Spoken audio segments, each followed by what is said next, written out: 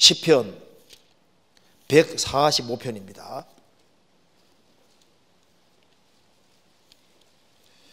시편 145편 3절 같이 읽어보겠습니다. 여호와는 광대하시니 크게 찬양할 것이라. 그의 광대하심을 측량치 못하리로다. 여호와는 광대하시니 크고 위대하시니 크게 찬양할 것이라. 오늘 찬양대회가 아주 크게 찬송이잖아요. 크게 정말 오늘 좀 들으니 굉장히 신나죠. 좀 주님이 생각이 많이 나죠. 크게 찬양할 것이라. 그의 광대하심을 측량치 못하리로다. 하나님이 얼마나 크신 분인지는 측량을 할 수가 없는 겁니다. 왜냐하면 이 우주 만물을 만드신 분이기 때문에 우주가 하나님을 포함할 수 없어요. 그래서 예수님 말씀하시기를 저희를 주신 내 아버지는 만유보다 크심에 아무도 아버지 손에서 빼앗을 수 없느니라. 하나님은 만유보다 크심에 예수님 말씀하셨습니다. 요한복음 10장 29절에 하나님은 만유보다 크시다. 만유는 올입니다. 우주 전체보다 더 크시다. 하나님은 이 우주는 하나님 보실 때 만드신 피조물입니다. 피조물. 그래서 에베소 4장에 보면은 하나님도 하나이시니 곧 만유의 아버지시라. 만유 위에 계시고 만유를 통일하시고 만유 가운데 계시도다. 하나님은 우주를 창조하신 분이기 때문에 우주를 초월해 우주 바깥에도 계시고 우주를 관통하시고 우주 가운데 안 계신 곳이 없다 그 말이에요. 그러니까 성경의 하나님은 작은 분이 아니에요. 우리가 생각하는 식으로 허연 노인이 아니다 그 말입니다. 그래서 예레미야 23장에 보면은 이스라엘 백성들이 솔로몬 성전을 지었지 않습니까? 이스라엘 백성들은 하나님이 성전 안에 있다고 생각했습니다. 나 여호와가 말하노라. 나는 가까운데 하나님이요 먼데 하나님은 아니냐. 나 여호와가 말하노라. 사람이 내게 보이지 아니하려고 누가 자기를 은밀한 곳에 숨길 수 있겠느냐. 나 여호와가 말하노라. 나는 천지에 충만하지 아니하냐. 분명히 충만하지 아니하냐. 하나님 우주에 꽉 차 있고 안 계신 곳이 없다 그 말입니다.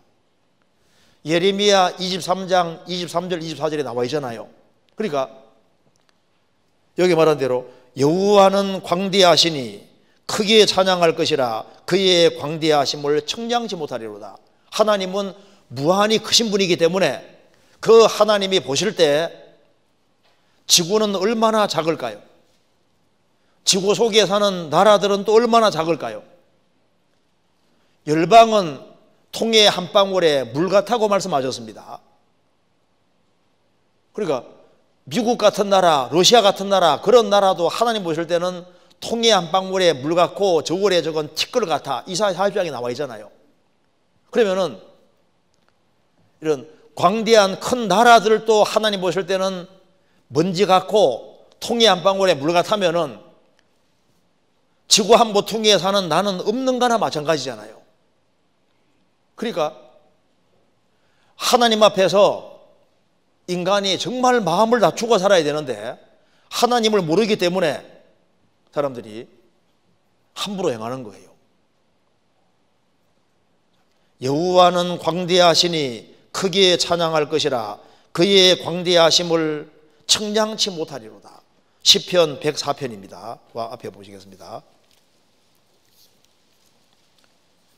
104편 1절입니다.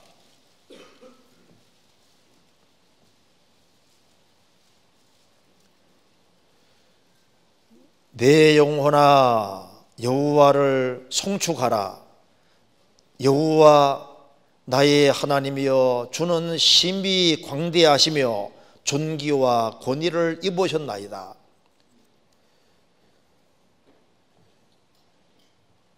나의 하나님 여호와여 주는 심히 광대하시며 존귀와 위엄을 입으셨나이다.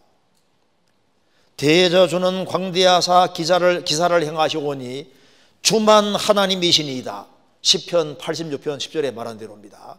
그러니까 무한히 크신 거예요. 그러니까 하나님은 무한히 크시니까 하나님은 지혜도 들어가요. 지혜도 끝이 없는 거예요. 무궁한 지혜를 가지고 있습니다. 그러니까 무한히 크신 무한하신 하나님이 지혜도 무궁하시고 사랑도 무궁하시고 공의도 무궁하시다고 되어 있잖아요. 그러니까 우리는 무한한 절대자 앞에 있는 겁니다. 시편 147편입니다. 147편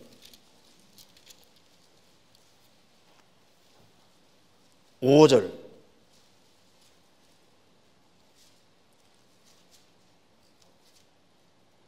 우리 주는 광대하시며 능력이 많으시며 그 지혜가 무궁하시도다.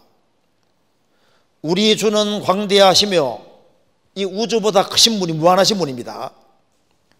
능력이 많으시며 그 지혜가 무궁하시도다.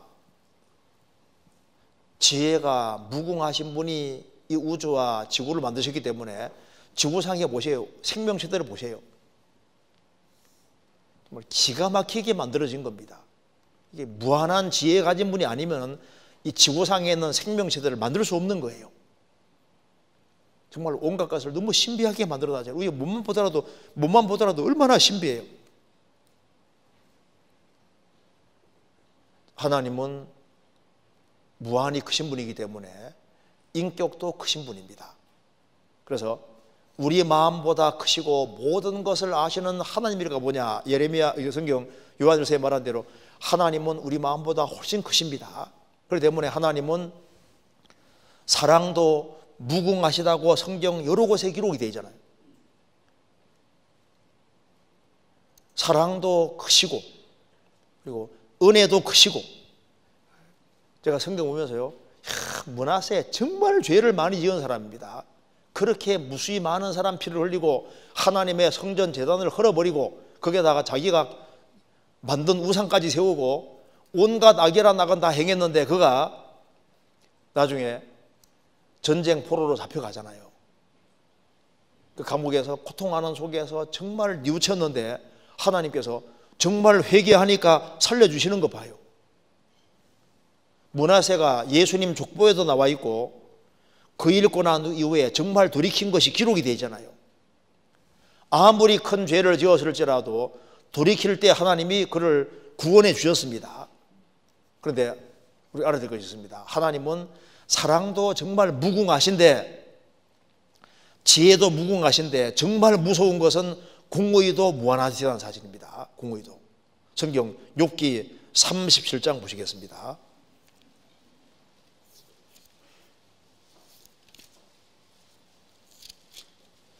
37장 23절.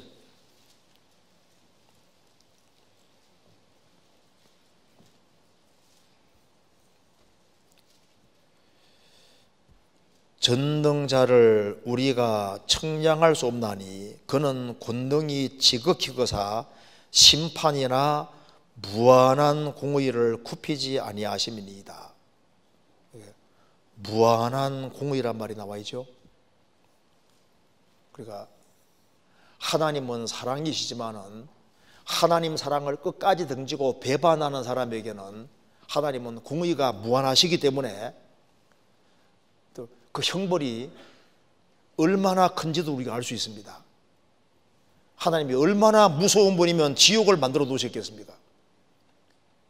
그러니까 하나님은 이제 크신 분이기 때문에 공의도 크시고 사랑도 크시고 지혜와 능력, 은혜 이런 것이 상상할 수 없이 큰 겁니다. 그래서 부족한 것은 이해가 됩니다. 부족해도 돌이키는 사람은 구원해 주시잖아요. 근데 보세요. 하나님과 싸워서 이길 수 있는 사람은 없습니다. 왜? 하나님이 보통 크신 분이 아니잖아요. 지구만한 분이 아니지 않습니까? 그러니까 무한히 크신 하나님 등지고로 살아서 어떻게 하나님을 이길 수 있겠습니까? 그러니까 하나님을 등지는 것은 제일 무서운 죄가 되는 거예요. 예수님 말씀하시기를 사람의 모든 죄와 해방은 사하심 받을 수 있다고 했습니다. 그런데 성령을 해방하는 사람은 사하심을 영원히 받지 못할 것이다. 하나님을 등지는 것은 가장 무서운 죄가 되는 거예요. 자, 그리고 왜 하나님께서 이 하늘을 만들어 놓으셨냐 하면은 하늘에 별들을 많이 만들어 놓으셨죠. 왜 그렇게 많이 만들어 놨을까요? 하나님이 얼마나 전능하신 분인지를 보여주고 있습니다. 별 몇 개 만들어 놓으면 전능이 설명이 안 돼요. 이 광대한 우주 속에 별들을 많이 만들어 놔야만 이 모든 것을 만드신 분은 정말 전능하신 분이라는 게 인간에게 이해되게 하신 겁니다.